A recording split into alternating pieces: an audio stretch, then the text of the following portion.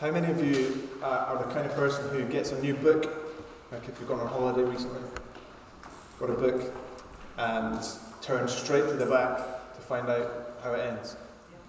Is anyone willing to shame themselves? Yeah, Beth was. Why do we do things like that? Why do you do that? You want to know what happens? We've got this inbuilt thing where we want to know how it ends, don't we? I think TV directors know that. Josh, we were talking earlier about Line of Duty. Can you see Line of Duty when it's on the TV? Yeah. How does it end every time, every episode? Cliffhanger. Every single episode, cliffhanger. Why do they do that? Because they know you're going to want to know what happens. Next week, you're going to be tuning in, Line of Duty, what happens? And you know what's going to happen. It's going to be cliffhanger again. You're never going to find out who this guy is. Cliffhanger. Keeps us coming back. There's something in us, I think, that knows that an unresolved story is just not good enough. There has to be a resolution. Ideally, a satisfactory resolution. One where what we think is right happens. That's what we have within us, isn't it? A craving for that. We've been looking at Esther for 4 weeks up to this point, and over these weeks in July, as we've looked through the book of Esther, it hasn't always been clear where the story's been heading. There's been ups and downs in this story. And last time, even though we saw the victory and the exaltation and the raising up of God's chosen hero, even though we saw that, there was still this precarious situation that the people of God found themselves in. They still had this death sentence, this irreversible decree hanging over their heads, unresolved. So we came to the start of chapter 8. There's still more to go. And as we've read this story, we've asked again and again and again, well, where is God in this story? What's he up to in the ups and downs? And again and again and again, God has come through for his people. God has shown that he knows just exactly what he's doing, and he has done it at just exactly the right time. And so we think we know where this story's going. It seemed inevitable off the back of the raising up of God's chosen hero. But this irreversible sentence of death does seem like an impossible problem. How's that going to be overcome? Been left on a cliffhanger. How's this rescue story going to end? That's what's inside of us wanting to know. Is there going to be a resolution that makes us go, that's right? That makes us clap and cheer and feel satisfied? And that kind of feeling, it's true not only of the book of Esther, it's true in life as well. In each of us, we have some sort of longing to know, well, how's it going to end? Is there going to be a satisfactory resolution to this thing we call life?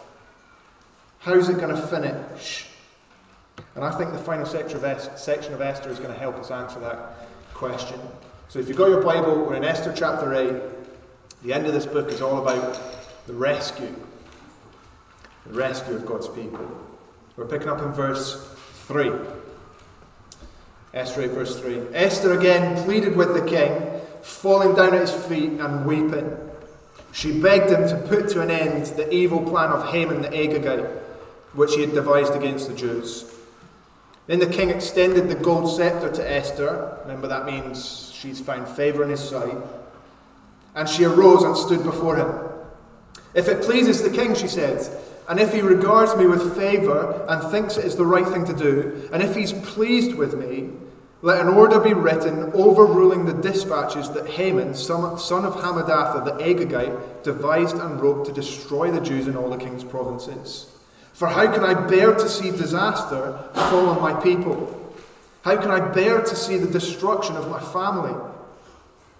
King Xerxes replied to Queen Esther and to Mordecai the Jew, because Haman attacked the Jews, I've given his estate to Esther, and they've impaled him on the pole he set up. Now write another decree in the king's name, in behalf of the Jews, as seems best to you, and seal it with the king's signet ring, for no document written in the king's name and sealed with his ring can be revoked. Now, the first thing we see here is the planned rescue. All right, this is the rescue in planning phase. As she's done before, Esther, she goes in to see the king. She risks her own safety to go on behalf of her people, and she weeps, and she pleads, and she intercedes for her people. And just as the king's done before, he heeds her request. He says, Esther, you and Mordecai go and do whatever seems right to you with the authority of the king. Now, the problem they face is what we've already said. There is this irreversible decree of death out against God's people. What are they going to do? The sentence of death couldn't just be wiped out. The sentence of death couldn't just be undone.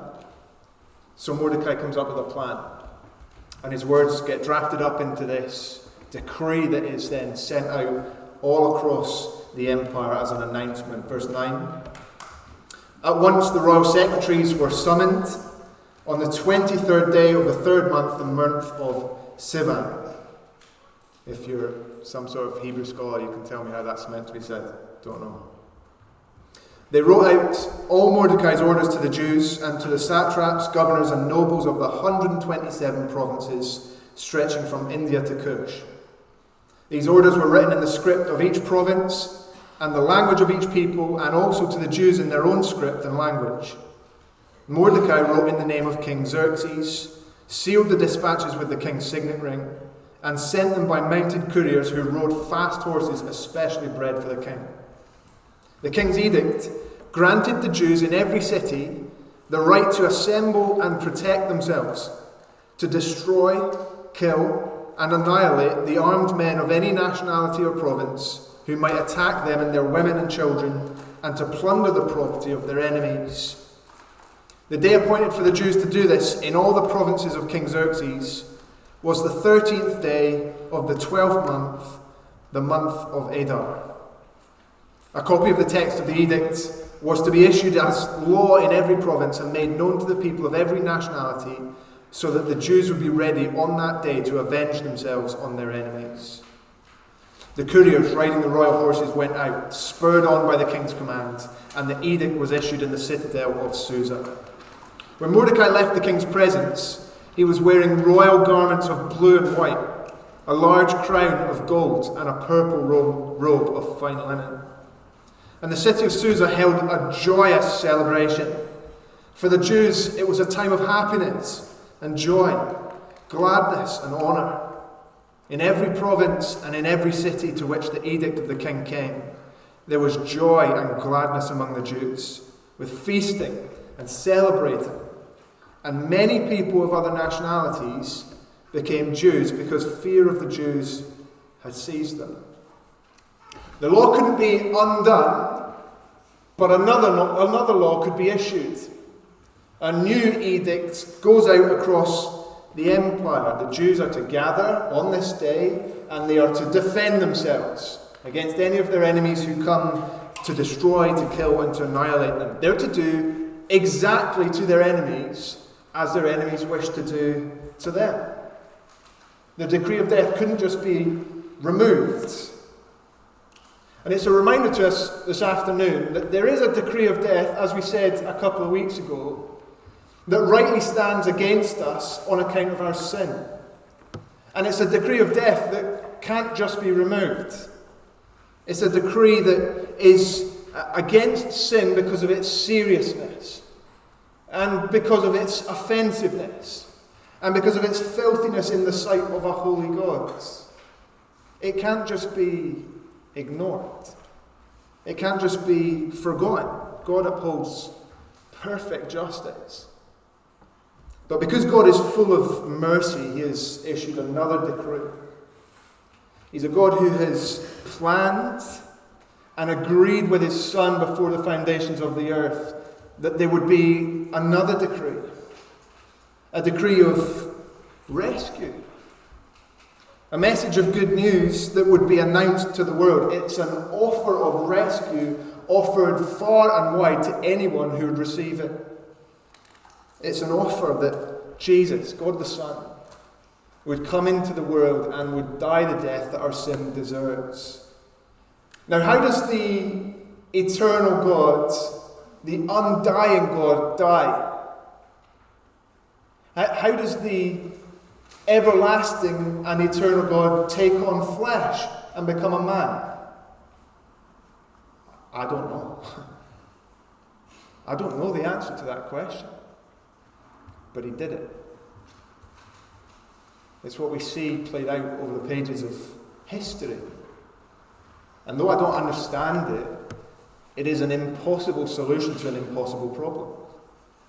There is no undoing this decree of death, and yet here is a decree that brings rescue through God the Son. He fulfills the irreversible sentence of death, as only he can. And a way is made for you and I to be saved. There's no other way that this rescue could happen. And here now in Esther, there is this rescue being offered wide to anyone who would accept it, and the same is true of this good news of Jesus Christ. It is a really, really wide offer. But it is a really, really narrow offer. It is Jesus Christ alone. He is the only way to have salvation. But it is offered to everyone. And if you look in verse 17, you'll see, as these people hear this good news going out across the empire, and the joy and the gladness and the honour being displayed through the people of God, loads of people who aren't Jews decide, actually, I'm a Jew now. I want a piece of that. I want to join that people. The hero of God's people announces to the world, and the people of the world join the people of God. So let me be really upfront today. If you're here and you're not a follower of Jesus, my main goal and my main desire for you is that you would see clearly that the only safe place in the world is to be part of the people of God. Is to be found in Jesus Christ. And I'm here to tell you today that there is a rescue plan from this death sentence that hangs over you because of your sin. But it is found in Jesus Christ alone. And as we're going to see, God's people will prevail. And the hero of God's people will be exalted. And the only people who will be safe are the people of God. And yet there is an offer to you today that there is a place in that people for you. That is my greatest desire for you today, if you're not following him. There's a really wide offer. Now in the 12th month, chapter 9, on the very day appointed for the destruction of God's people, the tables, it says, were turned. And the rescue that had been planned by Mordecai and Esther and announced all across the world was finally accomplished. Chapter 9, verse 1. On the 13th day of the 12th month, the month of Adar, the edict commanded by the king was to be carried out. On this day, the enemies of the Jews had hoped to overpower them, but now the tables were turned, and the Jews got the upper hand over those who hated them. The Jews assembled in their cities in all the provinces of King Xerxes to attack those determined to destroy them. No one could stand against them, because the people of all the other nationalities were afraid of them. And all the nobles of the provinces, the satraps, the governors, and the king's administrators helped the Jews, because fear of Mordecai had seized them. Mordecai was prominent in the palace. His reputation spread throughout the provinces, and he became more and more powerful. The Jews struck down all their enemies with the sword, killing and destroying them. And they did what they pleased to those who hate them. In the citadel of Susa, the Jews killed and destroyed 500 men. They also killed, now forgive me at this point, they also killed Parshandatha, Dalphon, Aspatha, Poratha, Adalia, that sounds like a flower, doesn't it?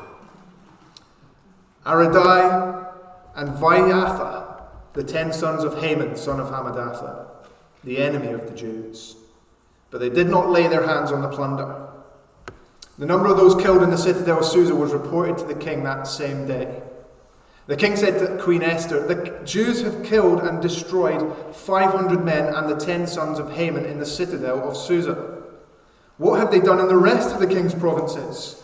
Now, what's your petition? It will be given you. What's your request? It will also be granted."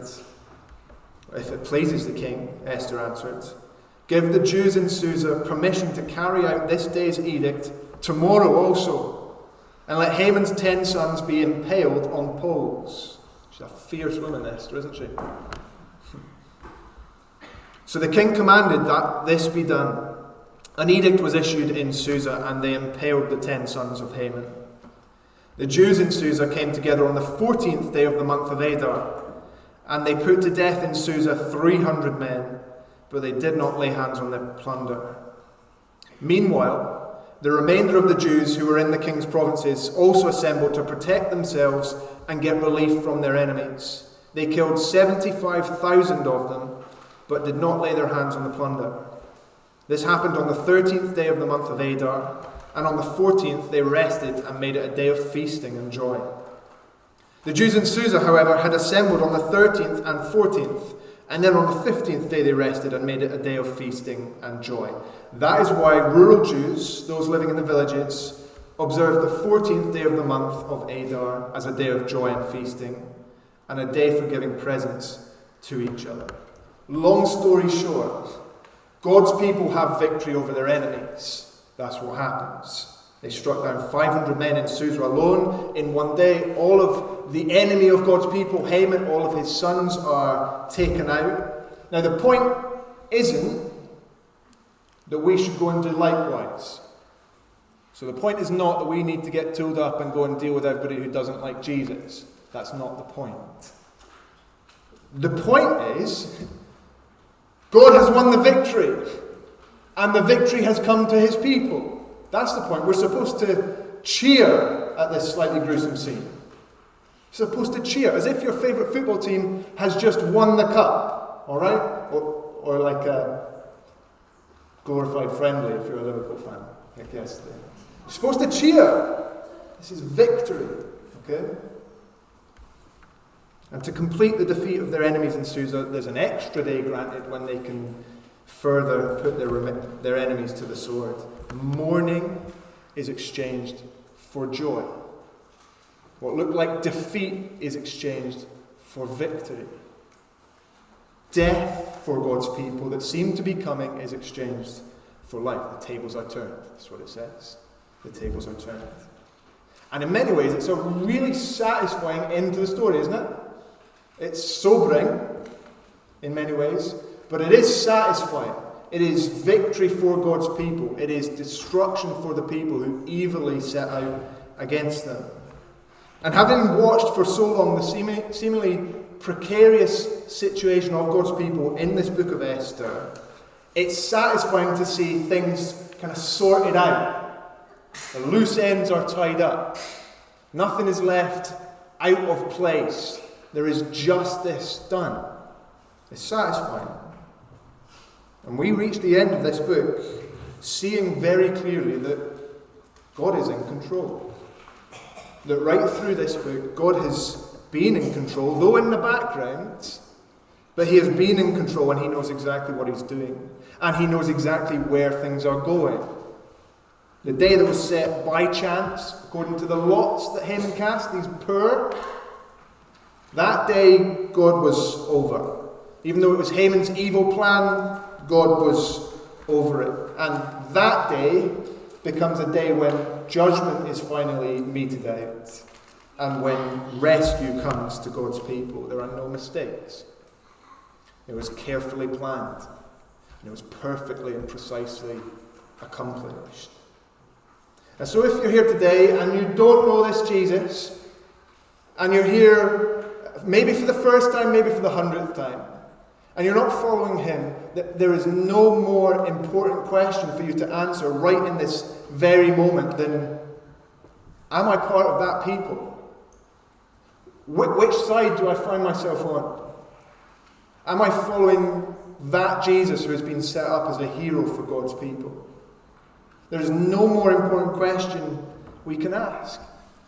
Because God's, right through the book of Esther, and ever since, and ever before, has never stopped being in control. He's never stopped having his finger right on the pulse. He's never stopped bringing everything to the destination that he set it out to arrive at. Rescue and judgment has all been planned. And there will one day be a day when rescue and judgment will be perfectly accomplished. And at that appointed day, when death is required, death will be required, will there be judgment for you? Or will there be rescue for you? There will be death required. Will it be death required from you for eternity in hell? Or will it be the death provided for you in the Lord Jesus Christ, who loved you and gave himself for you? It will be judgment or rescue. The rescue was planned. The rescue was announced to the world and offered. The rescue accomplished, and then lastly, the rescue remembered. Verse 20. Mordecai recorded these events, and he sent letters to all the Jews throughout the provinces of King Xerxes, near and far, to have them celebrate annually the 14th and 15th day of the month of Adar, as the time when the Jews got relief from their enemies, and as the month when their sorrow was turned into joy, and their mourning into a day of celebration. He wrote them to observe the days as days of feasting and joy, and giving presents of food to one another and gifts to the poor. So the Jews agreed to continue the celebration they'd begun, doing what Mordecai had written to them. For Haman, son of Hammedatha, the Agagite, the enemy of all the Jews, had plotted against the Jews to destroy them, and had cast the pur, that is, the lot, for their ruin and destruction. But when the plot came to the king's attention, he issued written orders that the evil scheme Haman had devised against the Jews should come back onto his own head, and that he and his sons should be impaled on poles. Therefore, these days were called Purim, from the word pur. Because of everything written in this letter, and because of what they had seen and what had happened to them, the Jews took it on themselves to establish the custom that they and their descendants, and all who join them, should without fail observe these 2 days every year, in the way prescribed and at the time appointed. These days should be remembered and observed in every generation, by every family, and in every province and in every city. And these days of Purim should never fail to be celebrated by the Jews, nor should the memory of these days die out among their descendants. Stay with me. I know this is repetitive, that's the point. So Queen Esther, daughter of Abihail, along with Mordecai the Jew, wrote with full authority to confirm this second letter concerning Purim. And Mordecai sent letters to all the Jews in the 127 provinces of King Xerxes' kingdom, words of goodwill and assurance, to establish these days of Purim at their designated times, as Mordecai the Jew and Queen Esther had decreed for them. And as they had established for themselves and their descendants in regard to their times of fasting and lamentation. Esther's decree confirmed these regulations about Purim, and it was written down in the records. King Xerxes imposed tribute throughout the empire to its distant shores, and all his acts of power and might, together with a full account of the greatness of Mordecai, whom the king had promoted, are they not written in the book of the annals of the kings of Media and Persia? Mordecai the Jew was second in rank to King Xerxes, preeminent among the Jews, and held in high esteem by his many fellows, because he worked for the good of his people and spoke up for the welfare of all the Jews. Now, hopefully you got a little bit bored, because we've just reviewed everything that's happened in the whole book. Okay? That's the point.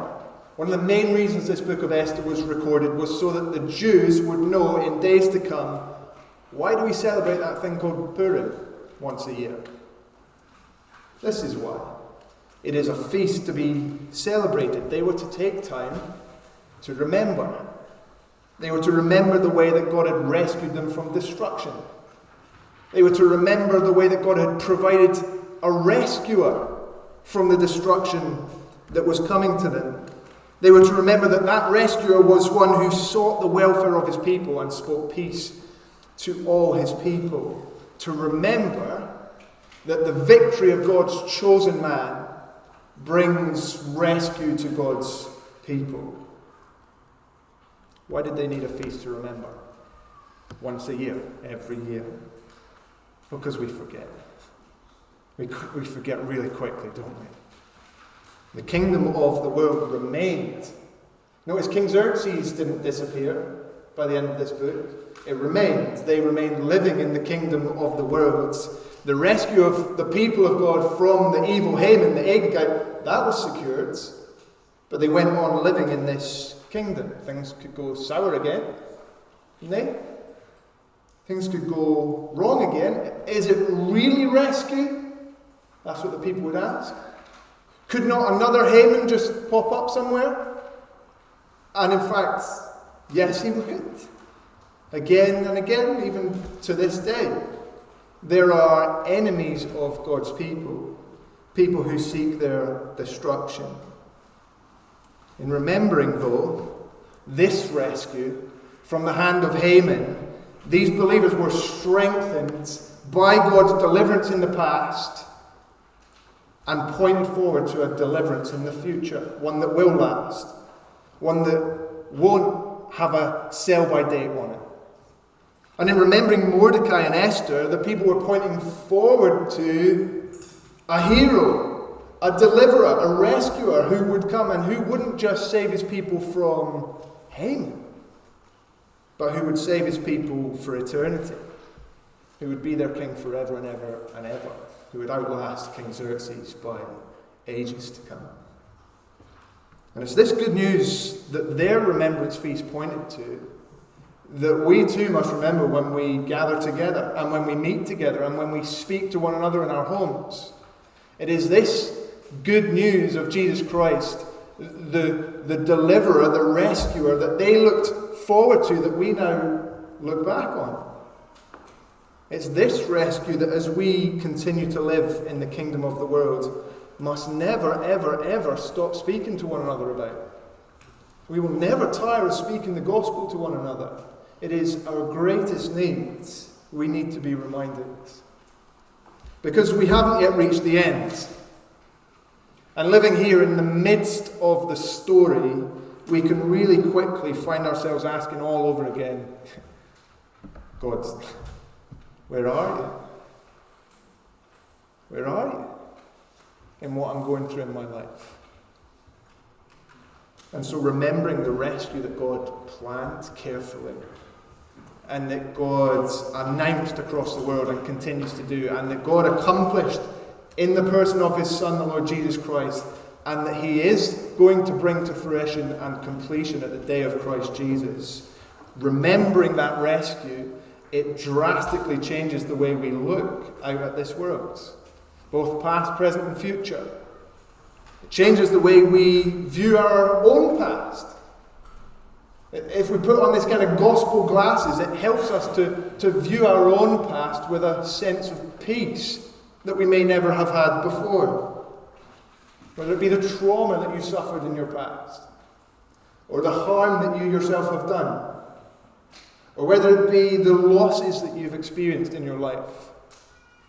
Nothing has been meaningless, is what this rescue reminds us. Nothing has been an oversight by the God who always is right there, even if you can't see him. Nothing has been for nothing. And as some of us look back on our past with real pain, there is a sense of peace to be found in that. The gospel casts this cross-shaped shadow across our past as we look on it, and it reminds us that the very worst atrocity and the very worst injustice in all of human history, as Jesus was murdered on the cross, brought about life. It was not outside of God's sovereign plan. And that though people meant the crucifixion of Jesus for evil, God meant it and worked it for good. He brought life out of death.